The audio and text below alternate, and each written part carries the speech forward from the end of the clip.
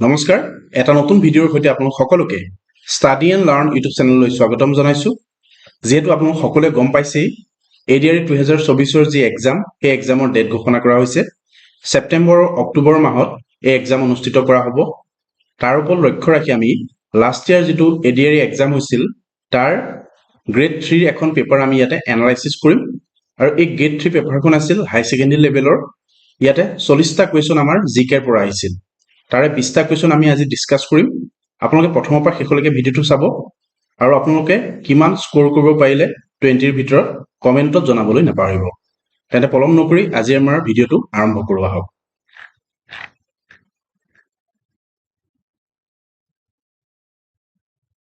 আৰু এই পেপাৰখনৰ first question দিয়া হৈছিল অলিম্পিকৰ পতাকাত কোনটো ৰং অনুপস্থিত। তলত 4টা ৰং দিয়া হৈছে। এই 4টা ৰঙৰ ভিতৰত কোনটো ৰং অনুপস্থিত আমাক সুধিছে। আৰু এই কুৱেশ্যনটোৰ শুদ্ধ এনচাৰটো হ'ব অপশ্যন চি বেঙুনীয়া। আমি সকলোৱে জানো যে অলিম্পিকৰ পতাকাখনত 5টা ৰং থাকে, অৰ্থাৎ 5টা ৰিং থাকে। তাতে প্ৰতিটো ৰিঙৰে সুকীয়া সুকীয়া কালাৰ থাকে আৰু সেই কালাৰকেইটাৰ ভিতৰত বেঙুনীয়া ৰংটো তাত নাথাকে। So' option C is the correct answer. Next কুৱেশ্যনটোত কি দিয়া হৈছে আমি চাম। পেৰুৰ ৰাজধানী চহৰ হৈছে। ইয়াতে আমাক সুধিছে যে পেৰুৰ ৰাজধানী চহৰখনৰ নাম। আৰু এই কুৱেশ্যনটোৰ শুদ্ধ এনচাৰটো হ'ব অপশ্যন ডি লিমা। পেৰুৰ ৰাজধানী চহৰখন হৈছে লিমা। কুৱেশ্যন নম্বৰ 3 চাম কি দিয়া হৈছে। নেশ্যনেল ষ্টক এক্সচেঞ্জ ক'ত অৱস্থিত। আৰু এটা 4টা অপশ্যন দিয়া হৈছে। এই 4টা অপশ্যনৰ ভিতৰত শুদ্ধ এনচাৰটো হ'ব option A Mumbai. National stock exchange মুম্বাইত অৱস্থিত, আপোনালোকে মনত ৰাখিব। কুৱেশ্যন 4ত দিয়া হৈছে কি এটা কম্পিউটাৰৰ পৰা আন এটা কম্পিউটাৰলৈ ফাইলসমূহ স্থানান্তৰিত কৰিবলৈ ব্যৱহাৰ্য হাৰ্ডৱেৰ উৎপাদনটো নিম্নলিখিত তালিকাৰ পৰা চিনাক্তকৰণ কৰা। অৰ্থাৎ ইয়াতে আমাক সুধিছে যে এটা কম্পিউটাৰৰ পৰা আন এটা কম্পিউটাৰলৈ যদি আমি ডাটাসমূহ বা ফাইলসমূহ ট্ৰান্সফাৰ কৰিবলৈ আমি কি মাধ্যমৰ সহায় ল'ম। আমি সকলোৱে জানো এইটো হ'ব option D USB flash drive. অৰ্থাৎ এটা কম্পিউটাৰৰ পৰা আন এটা কম্পিউটাৰলৈ ডাটাসমূহ পঠাবৰ বাবে বা ডাটাসমূহ ট্ৰান্সফাৰ কৰিবৰ কাৰণে আমি পেন ড্ৰাইভ ব্যৱহাৰ কৰোঁ। আৰু পেন ড্ৰাইভকে USB ফ্লাছ ড্ৰাইভ বুলি কোৱা হয়। নেক্সট কুৱেশ্যন নম্বৰ 5 চাম আমি কি দিয়া হৈছে। উত্তৰ ভাৰতৰ সিন্ধু গাঙ্গেয় সমতল ভূমিক দক্ষিণ ভাৰত স্থিত দক্ষিণাত্য মালভূমিৰ পৰা পৃথক কৰা পৰ্বতমালাটো হৈছে। এটা 4টা পৰ্বতমালা দিয়া হৈছে আৰু এই 4টা পৰ্বতমালাৰ ভিতৰত শুদ্ধ এনচাৰটো হ'ব অপশ্যন বি সাতপুৰা আৰু বিন্ধ্যা পৰ্বতমালা। উত্তৰ ভাৰতৰ সিন্ধু গাঙ্গেয় সমতল ভূমিক দক্ষিণ ভাৰত স্থিত দক্ষিণাত্য মালভূমিৰ পৰা পৃথক কৰা পৰ্বতমালাটো হৈছে সাতপুৰা আৰু বিন্ধ্যা পৰ্বতমালা। নেক্সট কুৱেশ্যন চাম কি দিয়া হৈছিল। নিম্নলিখিত নদীসমূহৰ কোনখন নদীৰ উৎপত্তি হিমালয়ৰ পৰা নহয়। এটা 4খন নদী দিয়া হৈছে আৰু এই 4খনৰ ভিতৰত শুদ্ধ এনচাৰটো হ'ব অপশ্যন ডি নৰ্মদা। এই 4খন নদীৰ ভিতৰত 3খন নদীয়ে হিমালয়ৰ পৰা উৎপত্তি হয় আৰু নৰ্মদা নদীখন উৎপত্তি হিমালয়ত নহয়। So' option D is the correct answer. Question number 7ত চাম কি দিয়া হৈছে। কিমান উচ্চতাত পানীৰ ঘনত্ব সৰ্বোচ্চ হয়। আৰু এই কুৱেশ্যনটোৰ শুদ্ধ এনচাৰটো হ'ব option D 4 degree Celsius. 4 degree চেলচিয়াছত পানীৰ ঘনত্ব সৰ্বোচ্চ হয়। নেক্সট কুৱেশ্যন চাম আমি কুৱেশ্যন নম্বৰ 8। সমাজ বিজ্ঞানৰ কোনটো শাখাত সম্পত্তিৰ উৎপাদন বিতৰণ আৰু উপভোগ সম্পৰ্কে অধ্যয়ন কৰা হয়। এটা 4টা অপশ্যন দিয়া হৈছে। এই 4টা অপশ্যনৰ ভিতৰত শুদ্ধ এনচাৰটো হ'ব অপশ্যন বি অৰ্থনীতি। সমাজ বিজ্ঞানৰ অৰ্থনীতি শাখাত সম্পত্তিৰ উৎপাদন বিতৰণ আৰু উপভোগ সম্পৰ্কে অধ্যয়ন কৰা হয়। কুৱেশ্যন নম্বৰ 9 চাম কি দিয়া হৈছে। নিম্নলিখিত তালিকাৰ পৰা স্বাভাৱিকভাৱে তেজস্ক্ৰিয় পদাৰ্থটো চিনাক্তকৰণ কৰা। আৰু এই 4টা অপশ্যনৰ ভিতৰত শুদ্ধ এনচাৰটো হ'ব অপশ্যন এ প্লুটনিয়াম। প্লুটনিয়াম হৈছে এটা তেজস্ক্ৰিয় পদাৰ্থ। কুৱেশ্যন নম্বৰ 10 চাম আমি। ভলীবল কোৰ্টত প্ৰতিটো পক্ষত কিমানজন খেলুৱৈ থাকে। খুব এটা ইজি কুৱেশ্যন আহি গৈছিল। আমি সকলোৱে জানো ভলীবল কোৰ্টত প্ৰতিটো পক্ষত এটা পক্ষত 7জনকৈ প্লেয়াৰ থাকে সো সৰি 7জন নহয় 6জনকৈ প্লেয়াৰ থাকে এটা টিমত 6জনকৈ প্লেয়াৰ থাকে so option C is the correct answer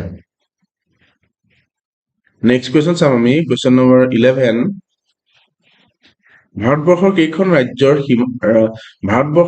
ৰাজ্যৰ সীমাই অসমৰ সীমা স্পৰ্শ কৰে আৰু এই কোৱেশ্চনটোৰ শুদ্ধ আনসাৰটো হৈছে এই কোৱেশ্চন আমি বাৰে বাৰে ডিসকাস কৰি আহিছো এই কোৱেশ্চনটোৰ শুদ্ধ আনসাৰটো হ'ব অপশন বি 7 অসমে ভাৰতবৰ্ষৰ 7খন ৰাজ্যৰ লগত নিজৰ সীমা স্পৰ্শ কৰে তাৰে 6খন ৰাজ্য হৈছে নৰ্থ ইষ্টৰ আৰু এখন হৈছে ওয়েস্ট বেংগল কোৱেশ্চন নম্বৰ 12 চাম কি দিয়া হৈছে 1 জানুৱাৰী 2022 সাপেক্ষে অসমৰ বিত্তমন্ত্ৰী কোন আৰু এক্সামটো হৈছিল 2022 চনত সেইবাবে এনেকৈ দিয়া হৈছিল যে অসমৰ বিত্তমন্ত্ৰী কোন আছিল সেই সময়ত আৰু এই কোৱেশ্চনটোৰ শুদ্ধ আনসাৰটো আছে হ'ব অপশন এ অজন্তা নেওগ বৰ্তমানো তেখেত বিত্তমন্ত্ৰী হৈ আছে so option A is the correct answer আৰু 13ত আছে 31 মাৰ্চ 2022 সাপেক্ষে অসমৰ মুঠ কেইখন জিলা আছে 31 মাৰ্চ 2022 সাপেক্ষে অসমত কেইখন জিলা আছিল সেই সময়তে সুধিছিলে আৰু এই কোৱেশ্চনটোৰ শুদ্ধ আনসাৰটো হ'ব অপশন বি 35 31 মাৰ্চ 2022 সাপেক্ষে অসমৰ মুঠ জিলা আছিল 35খন কোৱেশ্চন নম্বৰ 14 কি দিয়া হৈছে আমি চাম ইয়াতে নিম্নলিখিত দেশসমূহৰ কোনখন দেশে অসমৰ সীমা স্পৰ্শ কৰে এটা 4খন দেশ দিয়া হৈছে আমি সকলোৱে জানো অসমৰ সীমা স্পৰ্শ কৰে বিদেশী ৰাষ্ট্ৰ ভুটানে so option D is the correct answer question number 15 চাম আমি নিম্নলিখিত দলংসমূহৰ কোনখন আটাইতকৈ পূৰ্বত অৱস্থিত ইয়াতে 4খন দলং দিয়া হৈছে এই 4খন দলঙৰ ভিতৰত আমাক সুধিছে যে পূব প্ৰান্তত অৱস্থিত দলং কোনখন আৰু এই কোৱেশ্চনটোৰ শুদ্ধ আনসাৰটো হ'ব অপশন সি ভূপেন হাজৰিকা সেতু অৰ্থাৎ ঢলাশদিয়া ব্ৰিজখন পূব প্ৰান্তত অৱস্থিত কোৱেশ্চন নম্বৰ 16ত চাম আমি কি দিয়া হৈছে নিম্নলিখিত নদীসমূহৰ কোনখন নদী বৰাক উপত্যকাত অৱস্থিত ইয়াতে 4খন নদী দিয়া হৈছে আৰু আমাক সুধিছে যে বৰাক উপত্যকাত অৱস্থিত নদী কোনখন আৰু এই কোৱেশ্চনটোৰ শুদ্ধ আনসাৰটো হ'ব অপশন বি কুশিয়াৰা নদীখন বৰাক উপত্যকাত অৱস্থিত কোৱেশ্চন নম্বৰ 17 চাম আমি আৰু ইয়াতে দিয়া হৈছে খুব ইজি কোৱেশ্চন এটা দিয়া হৈছে ইয়াতে অসমৰ ৰাজ্যিক বৃক্ষ কি স্ট্ৰেট টি অফ আসাম আৰু এই কোৱেশ্চনটোৰ শুদ্ধ আনসাৰটো হ'ব আমি সকলোৱে জানো অপশন এ হলং অসমৰ ৰাষ্ট্ৰীয় গছ অৰ্থাৎ বৃক্ষ হৈছে হলং কোৱেশ্চন নম্বৰ 18ত চাম আমি কি দিয়া হৈছে অসমৰ কোন ঠাইত পোৱামক্কা আৰু হয়গ্ৰীৱ মাধৱ মন্দিৰ অৱস্থিত এটা 4টা অপশন দিয়া হৈছে আৰু এই কোৱেশ্চনৰ শুদ্ধ আনসাৰটো হ'ব অপশন ডি হাজো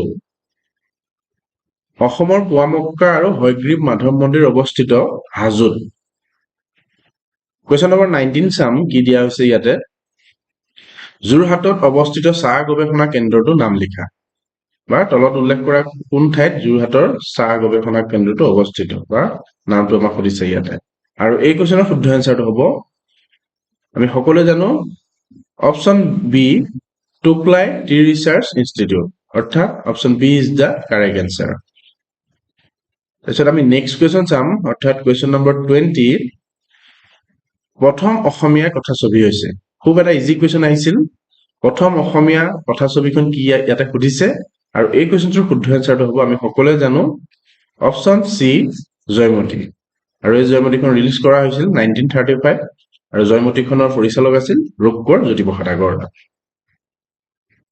আজি এই গ্ৰেড 3 পেপাৰখনৰ আমি 20টা কোৱেশ্চন ডিসকাস কৰিলো আৰু 20টা কোৱেশ্চন ইয়াতে আছে আপোনালোকে যদি বিচাৰে আমি সেই 20টা কোৱেশ্চন ডিসকাস কৰিম আপোনালোকে খালি কমেন্ট কৰি জনাব যে আপোনালোকে সেই 20টা কোৱেশ্চন বিচাৰে নে নাই ধন্যবাদ ইমানলৈকে আপোনালোকে আমাৰ ভিডিঅটো চোৱাৰ বাবে আপোনালোক সকলোকে অশেষ ধন্যবাদ থাকিল আগন্তুক দিনত আমাৰ গুৰুত্বপূৰ্ণ ভিডিঅ'বোৰ পাবৰ বাবে আমাৰ চেনেলটো সাবস্ক্ৰাইব কৰি ৰাখিব আৰু আজিৰ ভিডিঅ'টো বা যদি আপোনালোকৰ অকমান সহায় হৈছিল ভাবিছে তেন্তে লগৰ বন্ধু বান্ধৱীৰ লগত ভিডিঅ'টো শ্বেয়াৰ কৰিব